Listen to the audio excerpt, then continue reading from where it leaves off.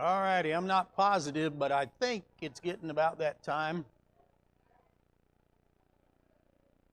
So if y'all could come on in and grab a seat, that would be good.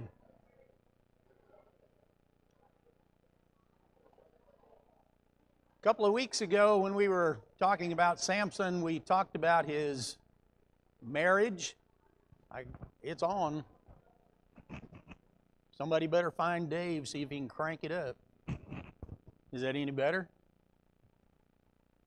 If I hold it up here, is that any better? Well, I'm getting mixed signals. Is it better or is it not? No? All right. Well, somebody needs to find Dave then and see if he can crank up the volume. Because I don't know how to do it from down here. Anyway, we are in Judges chapter 15.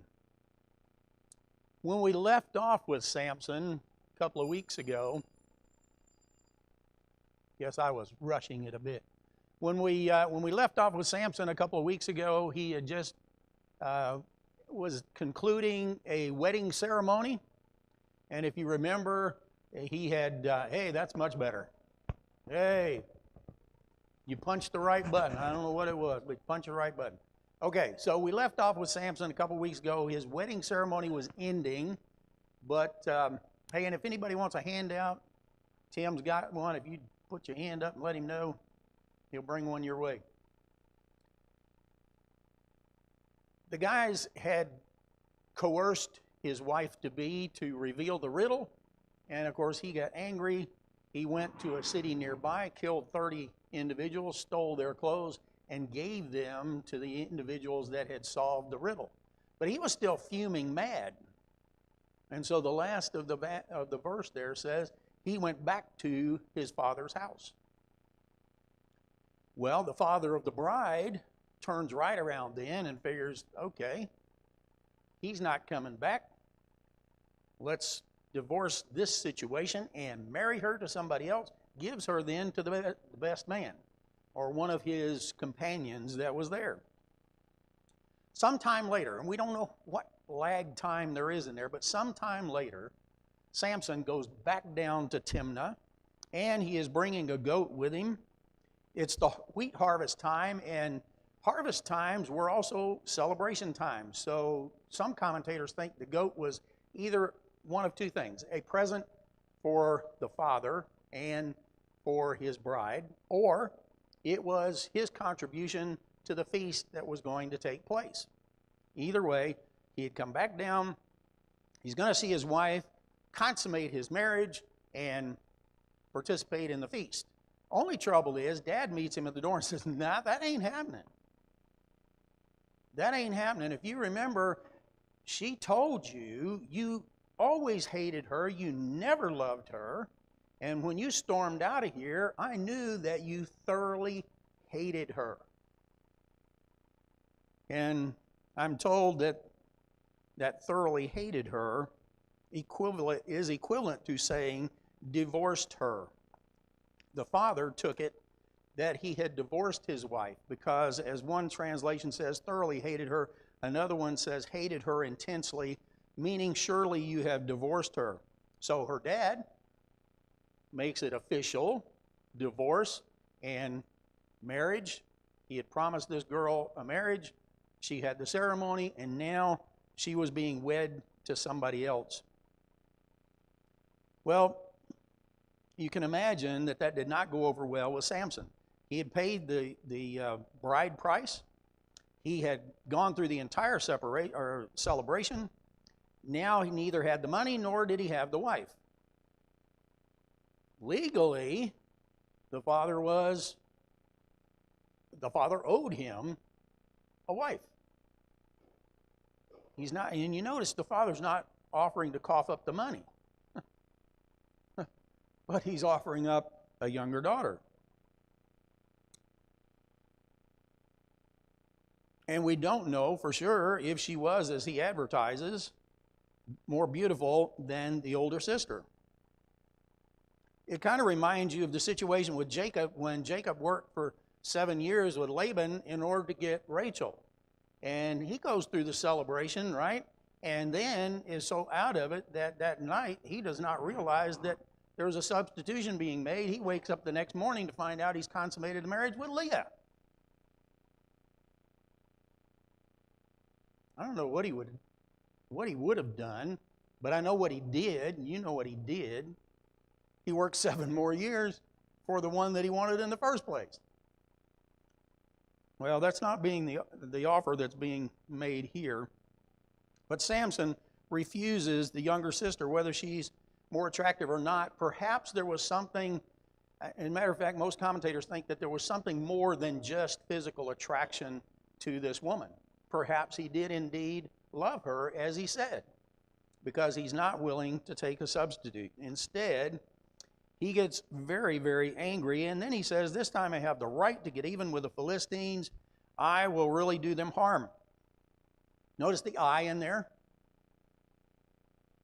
Yeah, I is in there a lot. As a matter of fact, I is in there a lot throughout this chapter. As a matter of fact, this chapter is based on revenge. It's Samson's revenge, it's the Philistines' revenge, it's Samson's revenge, it's the Philistines' revenge. It's just like Blake was talking about earlier, you know, revenge doesn't get things cured. It never results in joy. It always results in more of the same. You were angry and you did something wrong, and now I'm going to get angry and do something wrong. And most of the time, you tend to escalate as you lob volleys back and forth. It never gets better. The only thing that can get better is to not do it in the first time, or in the first place. Really, if anybody should have been punished in this particular case, it should have been the father-in-law. But Samson's not having that. He is determined that this is the problem of the Philistines. They are the ones that brought this on, because if it hadn't been for that silly riddle that they blackmailed my wife into solving, none of this would have happened. The celebration would have ended. I would have won my bet. I would have my wife. Life would be grand. So it's their fault. So I'm going to take revenge on all of the Philistines. Samson has now become prosecuting attorney, judge, jury, and executioner. He's going to take this out all by himself. And so he goes out and he captures 300 foxes. Now I'm told by a couple of the commentators that that word could be translated either foxes or jackals. Some people seem to think that jackals might be the better term, because jackals travel in packs. So finding 300 jackals might be easier than finding 300 solitary foxes. They also figure he must have had help for all this. Well, I don't know about all that. I do know there's 300 of whatever they are, foxes or jackals. My guess would be it was like filling up the ark. I don't think Samson had to go chase down 300 foxes or 300 jackals. I think they came to him. But that's just me. Anyway, he gets 300 of these animals. He ties them tail to tail. Don't you know that would have been fun? Puts a torch with each pair and turns them loose. And they proceed to run through the fields, you know, probably fighting each other and running from the fire that's attached to their tails. And so they're lighting everything in their path.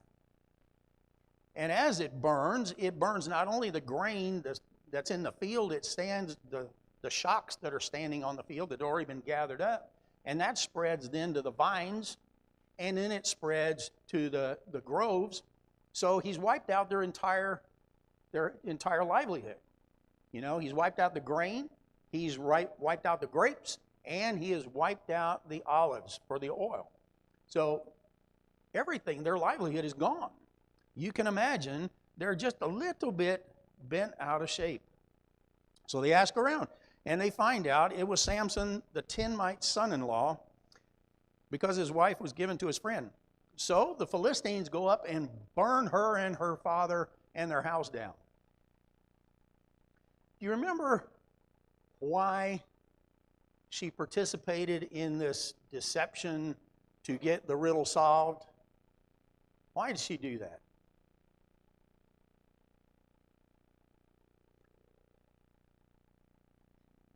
Well, no. Right, she wanted to solve the riddle for them. And why did she want to solve the riddle for them? Because they said, if you don't, we're going to burn you and your father and the house down.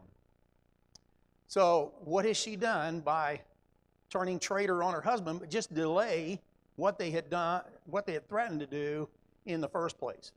She probably would have been better off had she stuck with the original plan and let Samson deal with them and not worry about the threat. But as it comes out, she ends up being killed in the same way that she was threatened earlier. Scripture says here that it's because of Samson, the son-in-law of the Tinmite. Which seems to say they were indeed married. Otherwise, he would not have been the son-in-law of the Timnite, right? So they thought he was married to her, at least at one time. Samson thought he was indeed married to her, at least at one time. Likely, he was indeed married to her, all except the consummation. So Samson gets all bent out of shape. And he says, since you've acted like this, I won't stop until I get my revenge on you. There you go. I won't stop till I get my revenge. It's all about me again. I won't stop till I get my revenge. So Samson then attacks them all.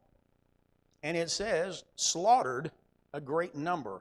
Ruthlessly slaughtered. Ruthless is without sorrow, without regret, without remorse, pitiless. He killed everybody in sight. Yeah, torn them limb for limb. I think the exact translation is he left legs and knees. A pile of legs and knees, which is really kind of gross. But suffice it to say, a great slaughter. That's a better translation. I like that. That sounds better, right? A great slaughter. Even though slaughter is kind of a ugly word too, because most of the time when I think slaughter, I think of a cow or a pig, you know. Cut them off at the knees, yeah. Maybe it did. Maybe it did come from that. I don't know. Interesting thought, though. What was God's instruction with regard to revenge? And what is God's instruction with regard to revenge? Vengeance is His. Vengeance is His. Yes.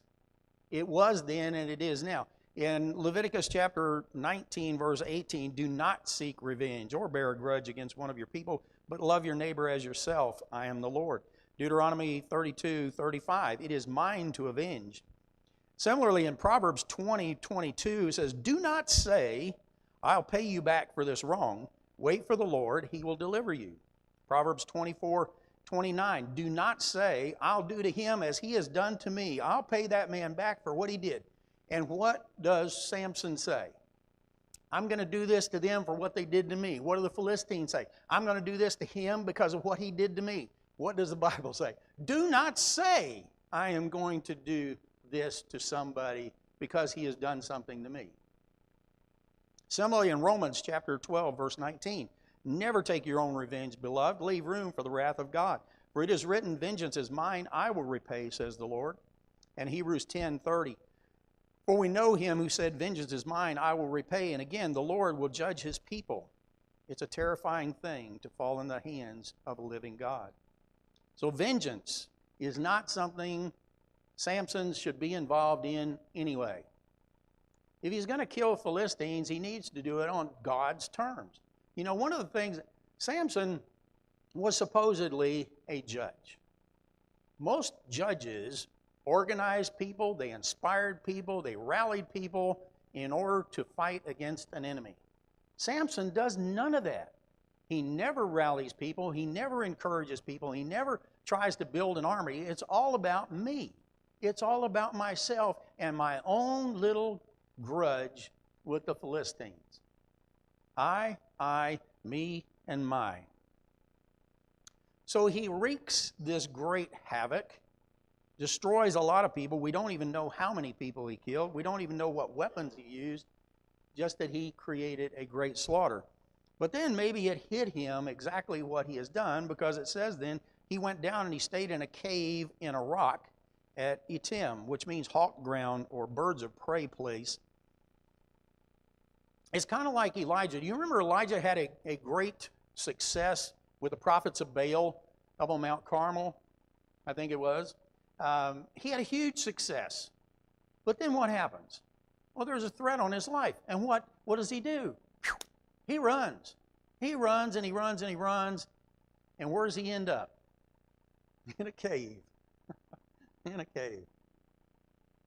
Samson also has run off, and he's hiding in a cave. So the Philistines are all bent out of shape now. They want to find out who this or where this guy is that has created such a great slaughter and has also completely destroyed their economy. So they go up to Judah, and they spread out in that area near Lehi. Lehi, the actual translation for Lehi is jawbone. My guess is it got the name from what is going to take place later, but that's the name. It's a transliteration of the Hebrew word for jawbone. Judeans, back in Judges chapter 1, verses 1 and 2, were actually said or assigned by God to fight first. They're the ones who are supposed to lead the charge in the fight. And what are they doing now? They don't want to have anything to do with fighting. They don't want to fight Samson, and they don't want to fight the Philistines. They'd rather just have peace. So they ask the Philistines when they show up, "Why have you come here to fight us? We don't want to fight.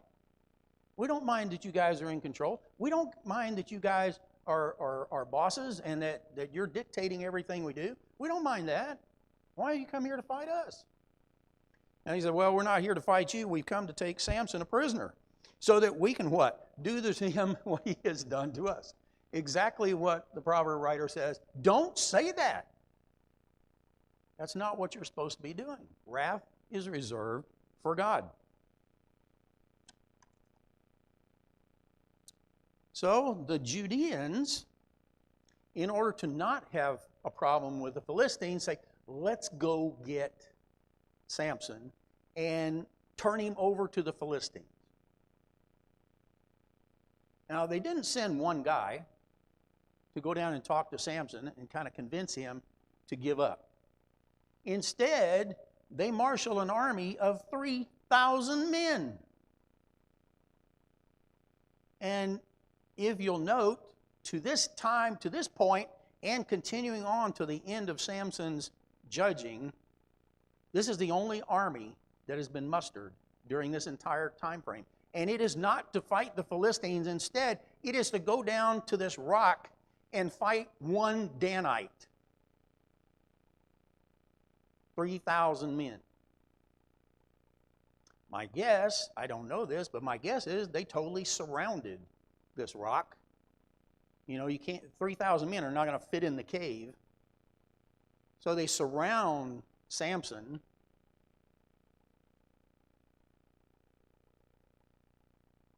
It's pretty tragic, you know, when you're so used to bondage that you see a liberator as a threat. And that's the way, unfortunately, people are. We get in bondage to sin, and yet we're so enraptured by the sin that we look at the way out and think, "Yeah, I don't want to take that." Instead, we rather stay where we are in our addiction to our sin. But God has sent a liberator, and as opposed to aligning themselves with him, they are aligning themselves with the oppressor. That's a pretty sad situation. So they go down, they're going to negotiate with Samson, and they say, "Do you not know that the Philistines are rulers over us? What then is it that you have done to us?" And Samson uses that line again. As they did to me, so I have done to them. What did the Proverbs writer say? Don't say that. You don't say that. Vengeance is mine, says the Lord. You don't do that. It's like they asked, are you not aware of the geopolitical situation here? You know, we are slaves. They are our masters. Don't make things rougher on us. We're happy where we are. We're happy in our misery. And maybe they just saw that everything that was going on was his personal problem. And certainly that's the way Samson is treating it. It's my personal problem. So there's two issues now. The Judeans say, we've come here to bind you up and hand you over to the Philistines. So they want to avoid confrontation by doing that. And in the process, they're willing to give up the strongest guy in the world. Hand him over to the enemy. But the other side of the argument is Samson is scared these guys are going to kill him. So he says, swear to me that you will not kill me. And you go, oh, no. We won't kill you. We're just going to bind you up and hand you over to the guys that will kill you. Really? Right? So he makes an agreement with them that if they will swear that they won't kill him, he will allow them to bind him up. And they say that's fine. You know, Samson has about three options here. Samson could escape. I have no doubt he could worm his way through that crowd some way or other and escape. But if he did that, what would happen to the Judeans? Well, then they would be prey for the Philistine army. So that's option number one. Samson could escape. Option number two is Samson could attack the Judeans, in which case he would be wiping out his own people. Or option number three, he could surrender, allow them to bind him up, and hand him over to the Philistines, and then he can deal with the Philistines on his own. So what the Judeans don't realize here is Samson made a monumentally heroic decision for them, because the other two options would have been bad for the Judeans. This option saved them from his attacking them, or saved them from the Philistines taking them out. So he is bound up with two new ropes. New meaning that the ropes had not been stressed before, so they were the strongest that they could ever be at this point because they're brand new ropes. Two new ropes around him, they're snugged up. When they bring him up to the Philistines are letting out a battle cry. They are so excited, this is great. They hand him over to the Philistines, and what happens? Well, the Spirit of the Lord comes upon Samson again. And it says the rope that was around him became like charred flax. Charred flax any of us could get out of. It probably didn't take his flexing much, and the charred flax fell away. The strength that he had to tear a lion apart with his bare hands, the strength that he had to kill 30 men at that other town and remove all their garments and bring them back, that's the kind of strength he had gotten now. He looks around, reaches around for something. He finds the jawbone of a donkey, a fresh jawbone, it says. And the commentators are really quick to point out, well, it's stronger there, because if it's old and dried out, it'd be brittle. But you know what? If the Holy Spirit is empowering this guy, it doesn't matter how brittle that thing is, it is a deadly weapon in his hand. But they make that point, so I'll share it. It's kind of like new rope. Well, this is a new jawbone. However, being that he is a Nazirite, what is he supposed to do with regard to a dead body? Stay away from it. Don't touch it. So he violates his Nazirite vow again by grabbing the jawbone of a donkey. But he then proceeds to kill, 1,000 people? 1,000 men? Shamgar, back in chapter 3, verse 31, if you recall, had used an ox goad. And he killed, 600 Philistines. Same guys that were fighting here. Of Shamgar, it says, though, Israel had peace. So Shamgar fights for Israel. Samson fights for himself. When Samson's done, it doesn't say Israel enjoyed peace. When Samson's done, it doesn't say that the land had rest, Samson fights for himself. Now you have to wonder, at least I do, there's 3,000 men out here, and then there's this 1,000 Philistines that have come up to take Samson away, and he starts killing them. What are these guys doing? What are the Judeans doing? 3,000 of them. What are they together watching? They're not helping. They're not jumping in. Here's the opportunity to get on board with your salvation. God's selected man, here's your opportunity to get on board. He's killing them right and left. Why are you not jumping in there and helping? As the Philistines are dying, pick up their weapons. Use them. You don't have to have weapons of your own. They're being provided because he's killing them right and left. And the Judeans are like, no, we like the situation we're in.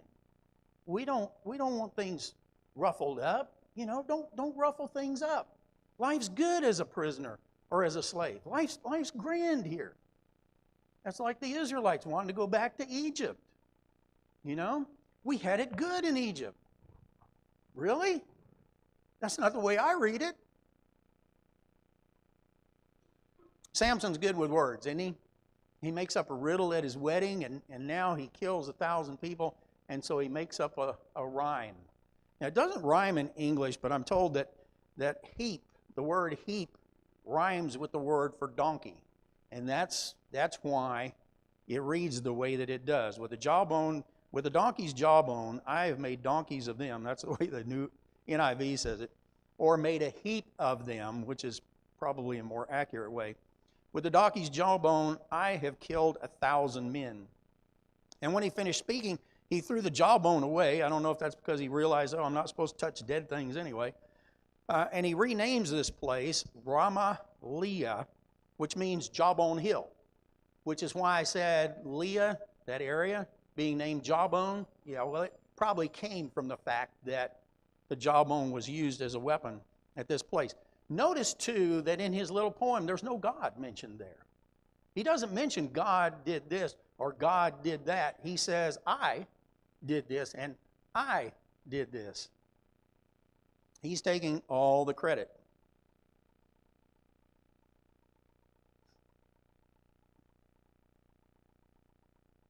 Well, just so he doesn't forget he's human, what happens?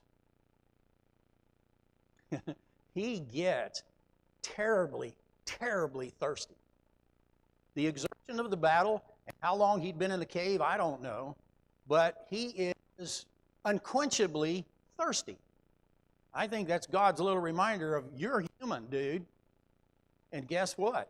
You need me. There's only 2 prayers that are recorded from Samson. This is the first. The second one is at the end of his life.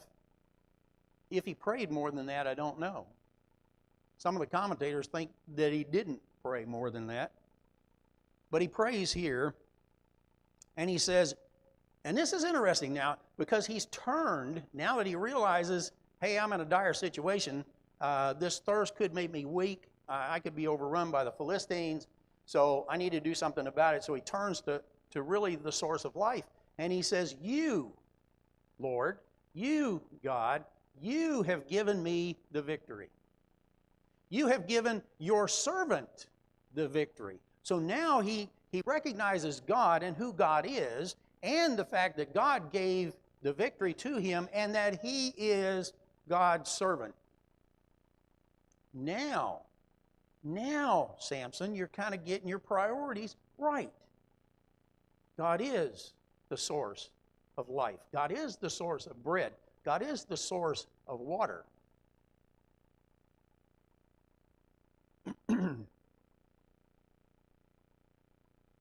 He finally acknowledges God. And so God then opens a hollow place in Lehi, and water comes out of it. And God producing water from a rock is not unusual. You know, if you remember back in Exodus 17, he did that. In Numbers chapter 20, he did that. Isaiah 48, he did that.